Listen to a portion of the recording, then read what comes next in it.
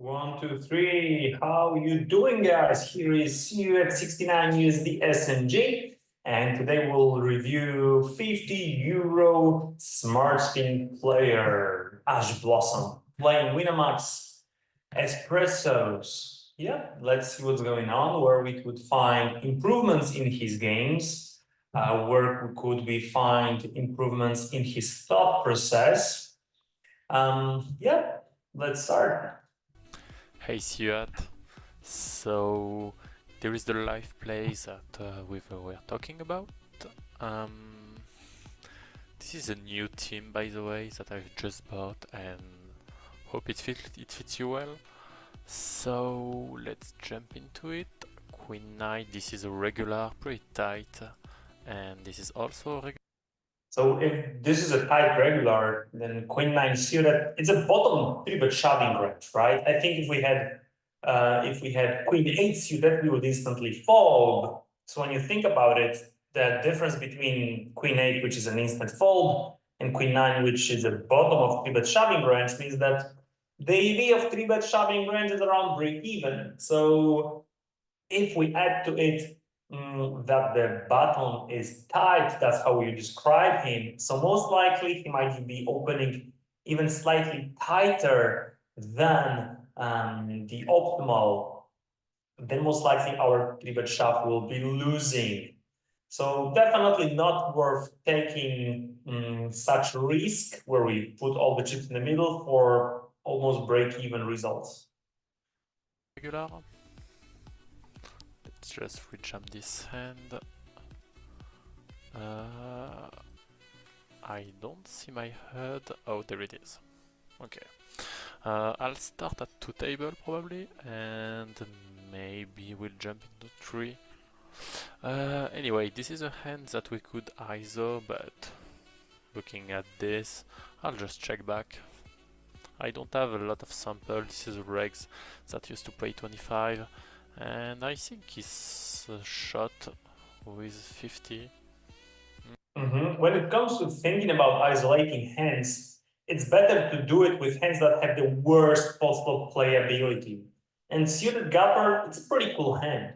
Additionally, it's not only about preflop reaction, like how frequently someone folds to isolation, how often he raises. Yeah, this defines preflop isolation EV. And as always, we have to compare one decision to another, and another decision is check back.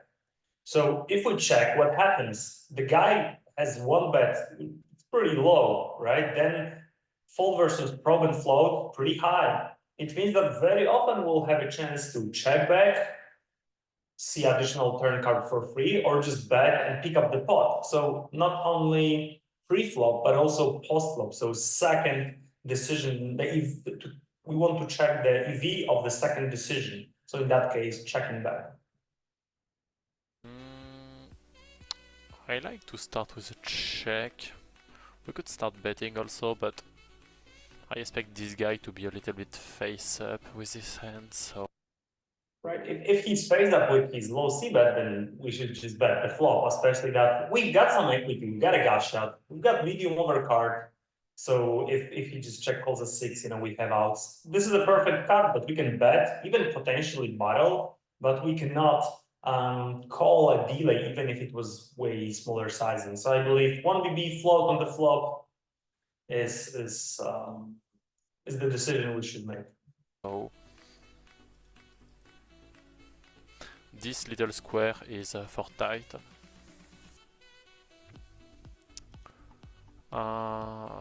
We could call this one. This is very bottomish, but versus population and no guy, I just prefer fold. This is a reg. We were discussing a little bit. No, I'm not sure we saw this one actually, but this is a reg for sure.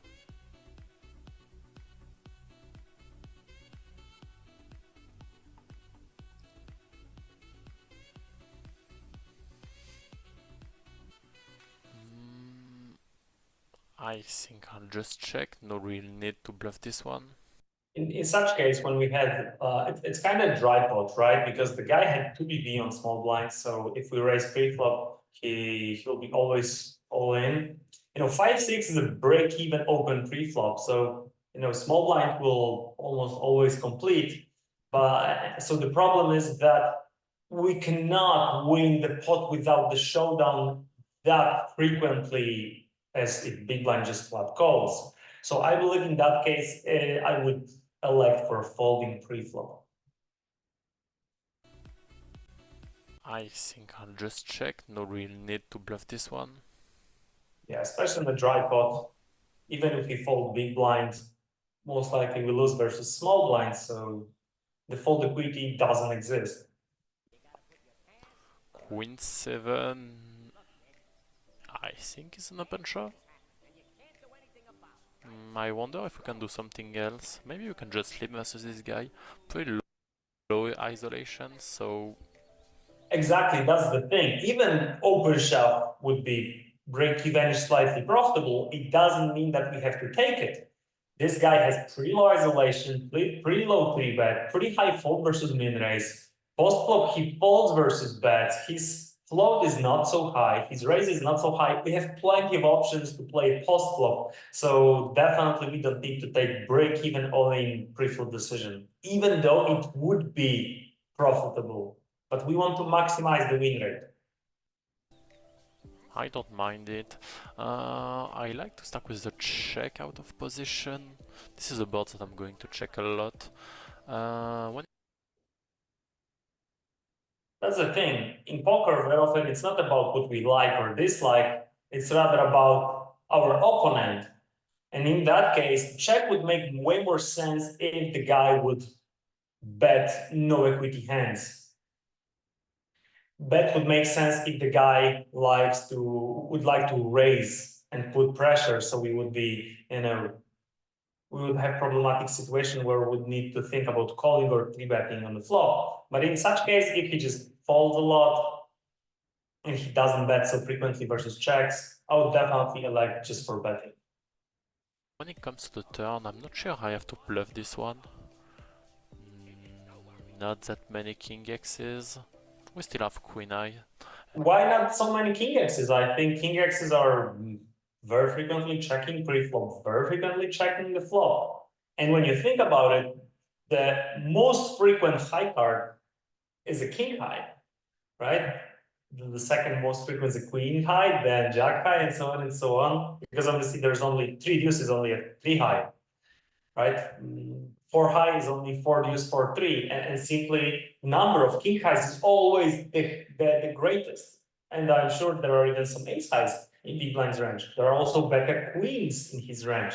So definitely there's a reason for bluffing this guy. But we have to think about it how to fold these hands, because just betting the turn might not be enough to fold king highs. Just betting the river might not be enough to fold king highs. So betting on the turn makes sense to barrel. I mean, that's why also we should just start betting the flop and then even barreling, right? We would get calls from king highs, we would fold them on the turn. And we also keep some flushes in our range when it comes to the river, so why do we want to keep some flushes on the river, right? Because this is a reason. Yes, we keep flushes on the river, but do we need to do it? And when does keeping these flushes in our river range make sense? It makes sense when someone puts a lot of pressure on our cupped ranges. So puts a lot of pressure means he uses overbets, he uses raises, he doesn't fold. But this guy, he folds, he doesn't raise, right? About overbetting, in this HUD, we don't have much info, but looking at his stats, I would be surprised if he's an overbet machine. So no, this is not an opponent against whom we care to have river flushes. Against some other guys that would be red, would be pretty aggressive, definitely. But this is not the opponent against whom we want to protect our river range. I like double checking this one.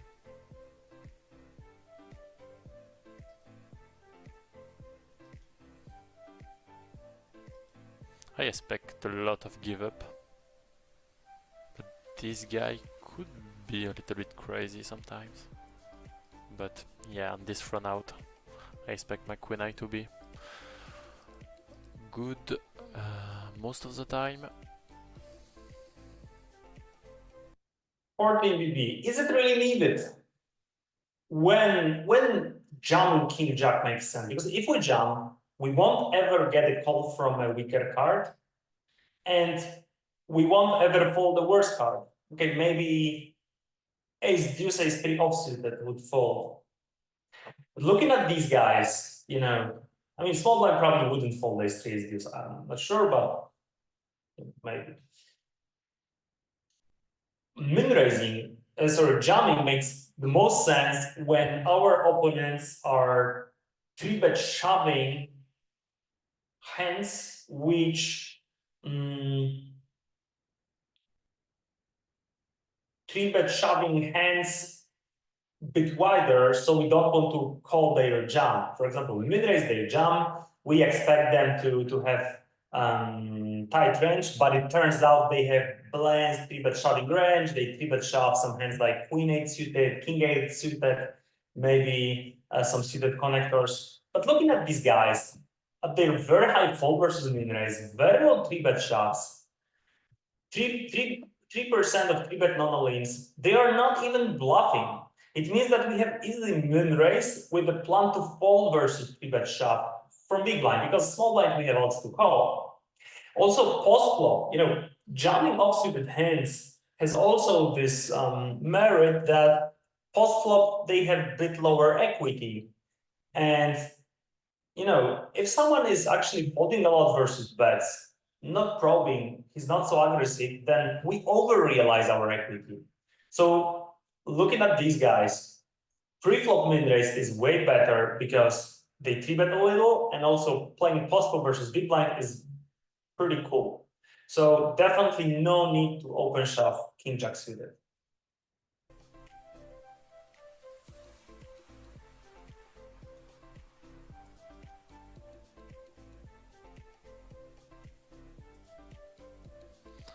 This is close. Is snap hit?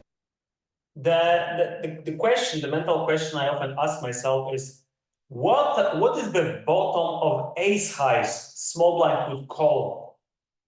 And I believe I would be pretty surprised if someone folds ace deuce suited. And from offsuited ones, I think ace 5 offsuited would be frequently taken. For sure, there are plenty of suited broadways. King queen offsuited. I think king jack offsuited for sure. Even king tens. So I think the bottom could be around maybe ace 7 offsuited. Ace 8 offsuited, I think it's a snap call as well. Ace 7 sounds like close, but I look, it might be still okay. Looking at also, you know, Button's range, who adds some chips in the middle and we dominate his range a lot, I believe that even with ace 7 offsuited, we would have a call. Jam. His bottom will be like ace 8 off and maybe ace 7 suited. I think that's a fold. And this hand, I don't really know, that's what we were discussing about. I like to double check this one. But maybe I should probe with this mid-range. So should we probe or should we call? This is usually a question between how often someone delays versus how often someone folds versus probe, or raises versus probe. So yeah, simply saying, what is the cheaper way to get to the showdown? Because with a hand like 9, our main goal is to go to the showdown. So when we probe, and the problem is that, yeah, if our opponent calls, there are plenty of misdraws, one whole card misdraws in his range. So on the river, we cannot just check fold. On the other hand, I'm not sure if we have a clear check call. So this is where it gets interesting. Most likely, so there are two options One is check call, another one is to bet by ourselves with 1BB just to make a block bet. There are some weaker fours that we call, but bet makes more sense when we don't want to check call. I guess check calling makes sense because there are these misdraws that could bluff. I'm not sure how frequently queen with a medium or low kicker would fire the river. So I think check calling would be just the best after we probe the turn. Yeah, and if we just check call versus delay, looking at the second barrel of this player, 53%, he has these misdraws, he has these queens. So calling the delay and calling the barrel will cost us a bit more than if we just bet small on the turn. So usually with this third pairs, the rule of if I don't want to call, it's better to bet by myself. Usually this rule helps a lot and leads the way to pick the best strategy with medium pairs. Definitely I shouldn't fold on the river, but that's interesting. That's exactly what we were talking about. So I see a lot of bluff, but will you use this sizing in bluff? Like so many bluff. I don't really know. This guy uses a lot of half pot with bluff, so I think I have to call. That's the thing, right? Our opponent shines white. It means that he should have more or less balanced frequencies. So whenever we invest some chips with medium equity and our opponent has some part of team value betting range, he will have for sure some bluffing range. So if we don't want to call the barrel, most likely we shouldn't check call the turn, but rather bet by ourselves on the turn. We'll see in the box that will appear.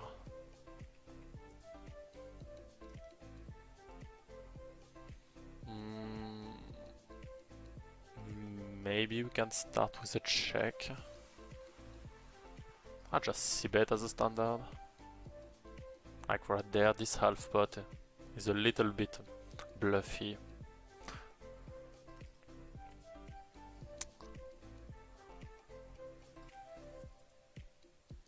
A6 suited, this is a hand which plays fairly well post-flop. I mean, there are two options. We could whether isolate 1/3 of the pot or just pick a bit smaller isolation size. When to pick which? I would say that the more comfortable we play against someone, the more we can accept larger SPR. So if the guy has a low raise, he folds, so simply he's not problematic, we can pick a smaller sizing. And I think average fold of 47, there are folds versus delay, not so high raise on the turn. He's rather not very aggressive, rather, let's say, balanced or passive. I think I would be comfortable playing versus him in 3x isopod, but for sure 1/3 is not a mistake. And we have the Vestopilus that we've discussed about. I like to raise this hand. Yeah, for sure it's okay. The same previous small blind when we had 7-9 offsuited. Versus this guy, we should rather mid raise these hands. Low 3-bet on the lean, high fold versus raises. It's definitely a good option with our bottom limp calling range.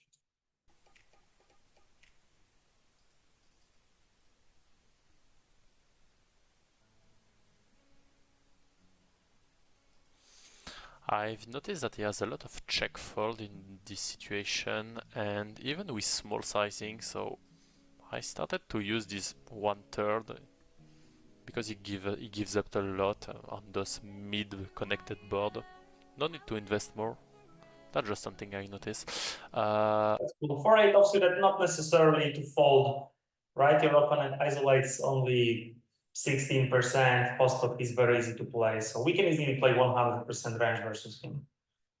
On this spot, I wanted to go half pot.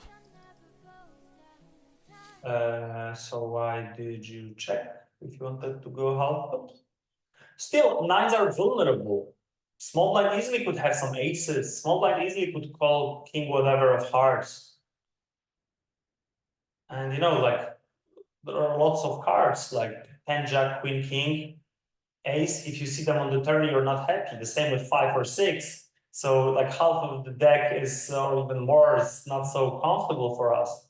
It's definitely better to bet a half pot, or even 1/4, but not give our opponent, you know, equity for free.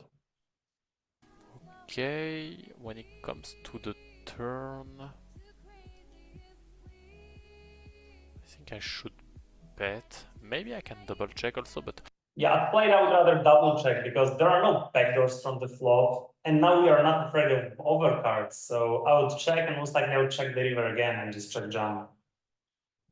because I have a lot of 2 overcard in this situation that will call anyway, I don't see him bluff that much. So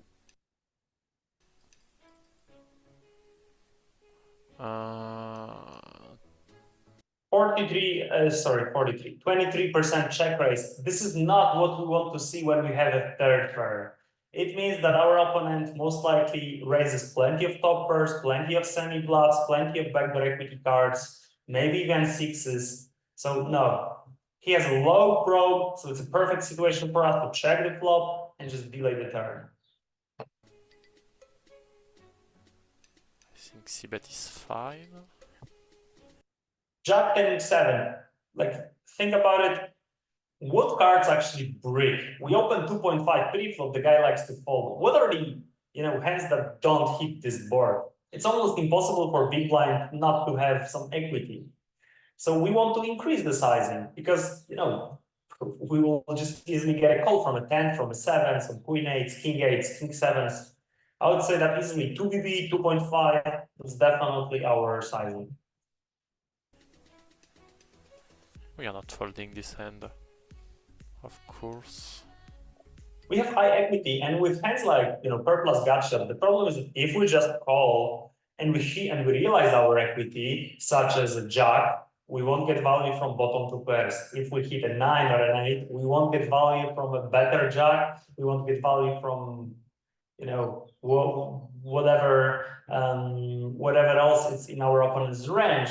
Where easily it could be a weaker jack, which just raises. So we don't want to see overcards. We don't want to see board pairing. We don't want to see 8 or 9.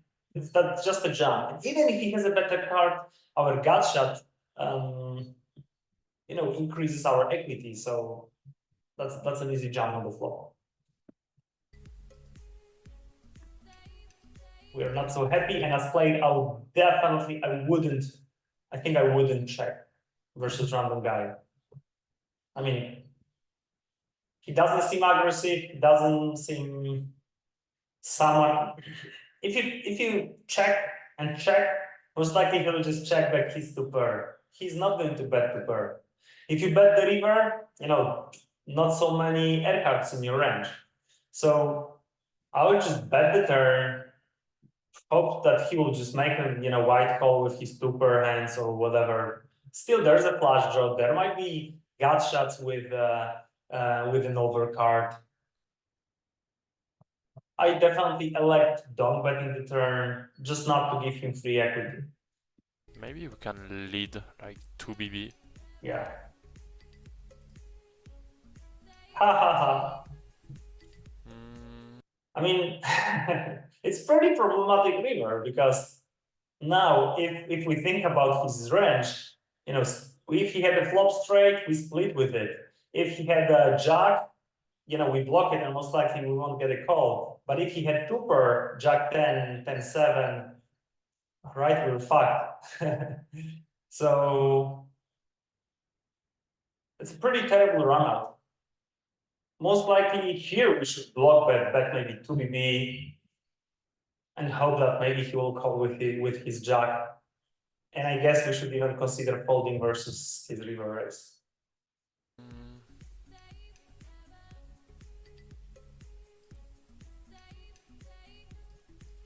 I think that's the most value that I can get from a jack in this situation. So Same here. No need to jam. Like ace deuce is not a jam 15 BB plus. It should be just an open. Maybe you could even increase the preflop size. I mean, not necessarily. You could call the jump from small blind and play against the big blind.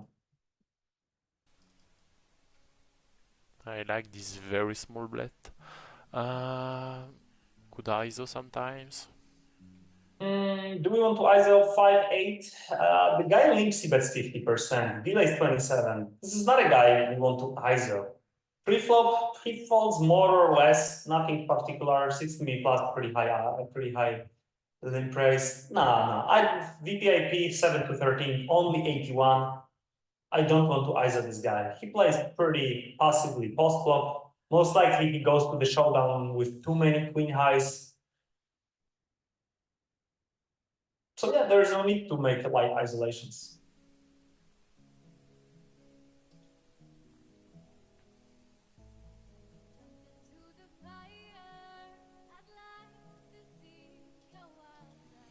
This is how I play it usually. I don't really probe in this situation.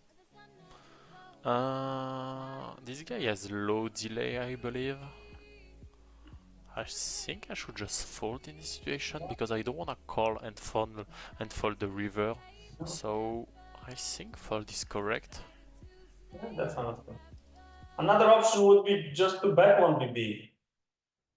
Then postflop is 1bet 36. You know, it doesn't seem very aggressive, so betting the turn check and river also makes sense with the plan to check fold. Especially with the 5 of spade.